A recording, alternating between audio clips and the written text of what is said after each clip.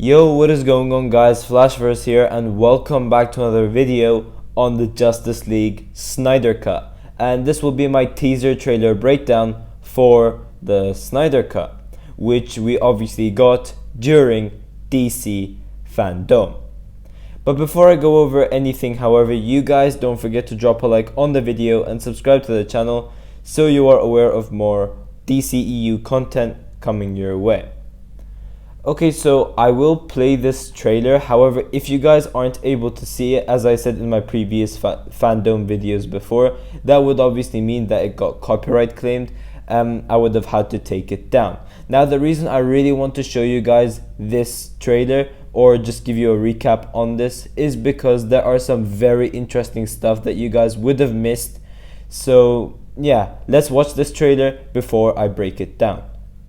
So yeah, I really have no idea if you guys were able to see the trailer or not, because it does play some music over there as well. So that could be a reason why it got copyright claimed, so I may have to take it down because of that. But if you guys were able to see the trailer, then great. Now, this trailer is pretty much Zack Snyder just flooding unseen footage, or just better versions of some footage that we've already seen from his version of the Justice League movie to hype us all up, which is kind of working.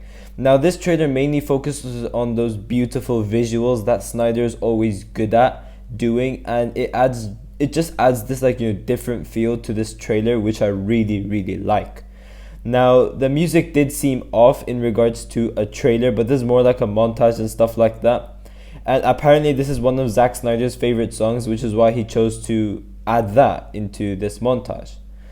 But yeah, let's not waste any more time and break this all down, because we have some really interesting stuff to talk about. So the trailer kicks off with our first look of Darkseid, which is very exciting. Now, you would have noticed that this is Darkseid without his Omega Force, so he still isn't at his full power yet. But this scene, as far as I'm aware, takes place during that flashback sequence with the Parademons facing off Atlanteans, Green Lanterns, and the Amazonians. Now, the CGI for Darkseid, I have to admit, does look pretty off, despite him looking cool and menacing in the same time. However, by the time this movie is out on HBO Max, which is all the way in May 2021, I'm pretty sure they'll clear up all that dodgy stuff. But then we cut to this awesome shot of Superman during his death in Batman vs Superman, and as I said, this trailer does focus on beautiful visuals, and one of these examples, as you can see over here, is with Henry Cavill's Superman over there. Now, one very interesting thing we see after that is this shot over here. Now, we see the destruction of the Hall of Justice, as we do see the broken Justice League logo by the looks of it. Now, not only that, but we do also see Aquaman's trident and Wonder Woman's shield on the ground, which is very cool. And we also see Parademon ships as well, with that huge Darkseid Omega logo right after that. So clearly the Darkseid army have invaded the Hall of Justice. Now, the thing with this is once again related to those flash forward scenes that we saw in Batman vs Superman. And we know Zack Snyder was supposed to have more follow-ups in regards to those scenes that we saw in Batman vs Superman for the Snyder Cut. And I'm just glad that they brought this back. So what Zack Snyder's original version was that it was supposed to have multiple Justice League movies, and obviously in the second one we'd have the heroes face off Darkseid and his army, with them obviously losing. And this is what leads to that destruction scene we're seeing over here. So all those vision scenes that we got were going to take place in future movies. However, that is now changed. Now, I don't know if the Snyder Cut will change things up. Maybe it shakes the internet and then Warner Brothers may go a different direction. I highly doubt it. I think after the Snyder Cut, that is it. We're not getting any more. But we then cut to Diana walking into this temple. Now, what this is that she's going to that place that we saw in that sneak peek trailer that we got earlier this year, and we saw in the Justice League sneak peek. This is where Wonder Woman will be aware of the existence of Darkseid and that he's coming to Earth. This is where she probably will start alerting the Justice League and stuff like that. But we cut to Bruce Wayne looking over this hologram of Superman, and this just shows Bruce's guilt towards the death of Superman during Batman vs Superman. And over here he's constructing a plan on how to resurrect Superman by the looks of it, because if he's not back, oh boy, will the heroes be screwed up. But we then cut to this beautiful shot of Aquaman. It just looks really good.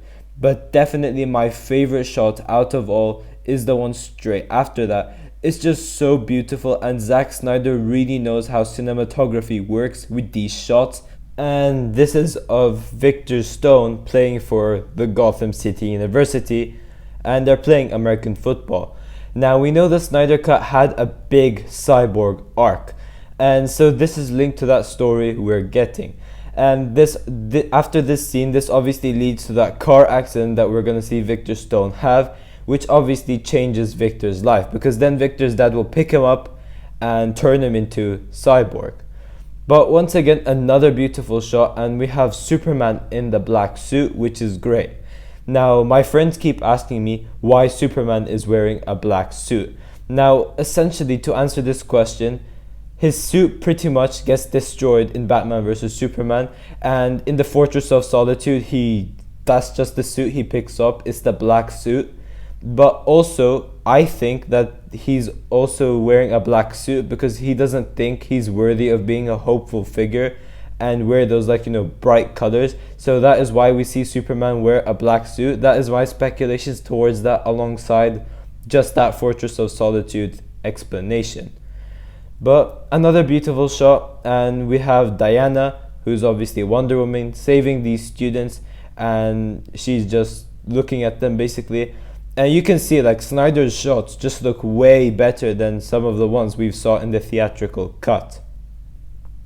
Now over here we have Barry Allen seeing a car almost run over Iris West, in which we then see him rushing to save Iris, and this is where the two of them meet. I'm guessing this is how they encounter each other in the DCEU version. But whatever it is, again, it's another beautiful shot. But again, we cut to another interesting sequence in this trailer, and we have Victor over here digging a grave of someone. So this either has something to do with Superman and his resurrection, or, as we know, again, we have a huge cyborg story in the Snyder Cut. So this could be something where we have the death of both of his parents, as we know that Cyborg's dad dies in the Snyder Cut. So we would have the death of both his parents, and he becomes so frustrated, he starts hating the grave and taking the anger out of it over there. That's what I think. But we then cut to this shot that we've already seen during the movie, and this is this shot of Batman. However, this is just a wider angle of it. So the theatrical cut basically had the same shot of Batman over here. However, it's just more zoomed in, and we don't get to see that background, and we rather have this focus on Batman. Whether this one just looks more visually pleasing, and that is the case, as Snyder is really good at these visually stuff. Now over here we have Martha Kent and Lois Lane hugging each other, as they probably will talk about how they're dealing with the death of Clark Kent by the looks of it. I have no idea, but this is another new scene that we've never seen before. But again, another beautiful shot is with Aquaman, and he's giving up his trident and his armor to Mira for some reason. Now unfortunately for this one, I don't have an explanation to this. I honestly don't know why, but maybe it's something to do with Aquaman going oh, I want nothing to do with Atlantis. And then later on, when they find out that the world is at stake, he goes and gets his armor back. But I really don't know. Now we then cut to this hooded figure who looks to be Steppenwolf. However, he's in some disguise for some reason. Now this is because of him and Darkseid actually going into battle again in a flashback scene, and they get defeated, I think. So they're making their way back to Apocalypse by the looks of it. And over here we cut to Cyborg, and we see him struggling as the tech in his suit starts glitching again. And that is the case because his suit is obviously made out of mother box material. And we see that his suit started glitching during the theatrical cut as well. So that has been explained already. But we then cut to Superman flying up in Metropolis, and we have Lois Lane witnessing that Superman is back. Now over here, this is another difference between the Snyder Cut and the Superman resurrection scene we saw in the theatrical cut. So during the Snyder Cut, Batman never used Lois Lane as bait to get Clark Kent's memories back, but rather Lois Lane witnesses it firsthand herself. So she sees Clark Kent just fly up into the sky, and she goes herself to check it out, which I think is kind of better. Now this is a very interesting scene, and we have Cyborg trying to crack, sorry, not Cyborg, but we have someone trying to crack the mother boxes, probably Cyborg, but they're using this very powerful energy beam by the looks of it. However, we have Victor's father trapped into this containment cell by the looks of it, where they're doing this experiment with the mother box, and we literally see his dad vaporize to death. So yeah, this is a very tragic and big Cyborg story that we missed, and we will see in the Snyder Cut.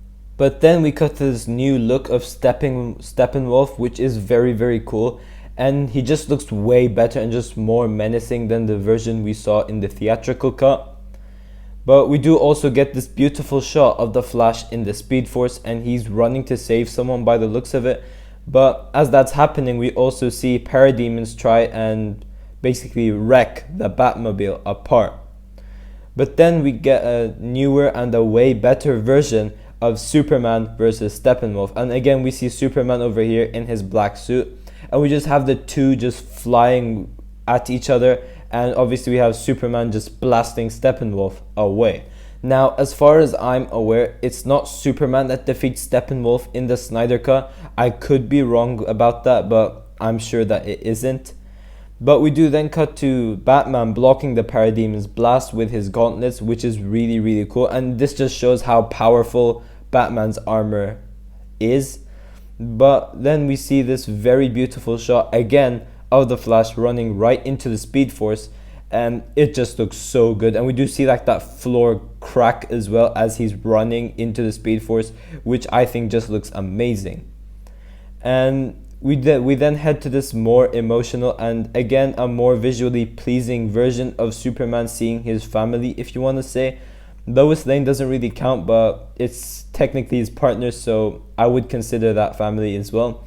And it just looks way better than the theatrical version as well. Now we then cut to Cyborg going through the new tech that he has in his suit. He basically finds out that he has control of most of the tech in the universe, and seeing him just swipe it clean shows that humanity within him, which is just great. And we get another flashback scene of the battle between Parademons, and this time we see the King of Atlantis facing off them as well, which is another shot that we've never seen before. And we then cut to Cyborg saving someone, and this is during the battle with the Justice League facing off Superman. And we have the Flash running through the Speed Force again, which just looks awesome. These Speed Force shots are just so cool. But then the second most beautiful shot of this trailer is with the Justice League united together, and they're heading back home after their victory from Steppenwolf and the Parademons. But then this trailer has this like post-credit scene, if you want to say, and this is Barry getting apprehensive of the fact that they're about to face off Steppenwolf. So what's to say that they won't lose? With Batman talking about the fact that Steppenwolf hasn't faced the Justice League united, which is a very good thing.